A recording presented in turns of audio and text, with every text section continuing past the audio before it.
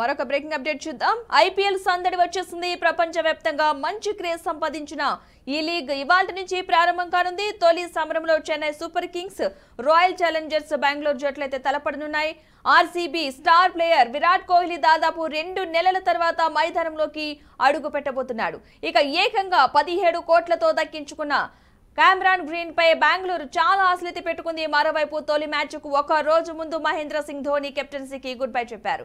ఇక దీంతో నూతన సారథి రుతురాజ్ గైక్వాడ్ సారథ్యంలో చెన్నై జట్టు ముందుకు సాగనుంది. వన్డే వరల్డ్ కప్ లో ఔరా అనిపించిన New Zealand Rachin Ravindra, Daryl Mitchell, Shardul ఠాకూర్లు చెన్నై సూపర్ కింగ్స్ తరపున ఆడబోతున్నారు.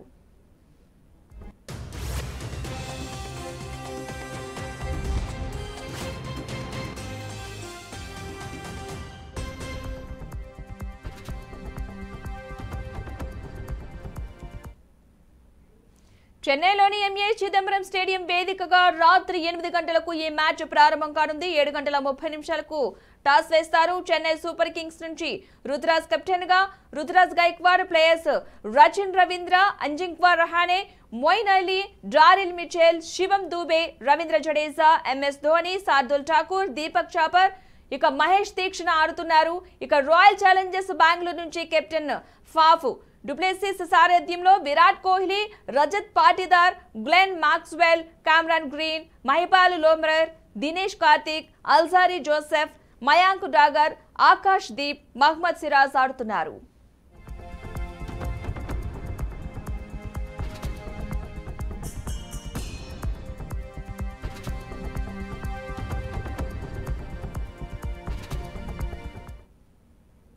ఐపీఎల్ 2024 తొలి మ్యాచ్ లో ఎవరు గెలవబోతున్నారనే ఆసక్తి అయితే మొదలైంది. గత రికార్డులను పరిశీలించగా ఈ రెండు జట్లు చివరి 5 మ్యాచ్ల్లో చెన్నై ఏకంగా 4 మ్యాచ్లు గెలిచింది. ఈ జట్ల మధ్య చివరిసారిగా జరిగిన మ్యాచ్ల్లోనూ చెన్నై జట్టే గెలిచింది. ఆటగాళ్ల ఫామ్ ను కూడా పరిగణలోకి తీసుకుంటే నేటి మ్యాచ్ లో చెన్నై సూపర్ కింగ్స్ ఫేవరెట్ జట్టు అనే అంచనాలైతే నెలకొన్నాయి.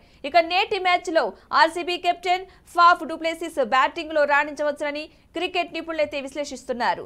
డుప్లెసిస్ గత 14 మ్యాచ్ల్లో 8 అర్ధ సెంచరీలతో ఏకంగా 730 పరుగులు బాదాడు. చెన్నైపై అతడికి ఇంకా మంచి రికార్డు ఉంది.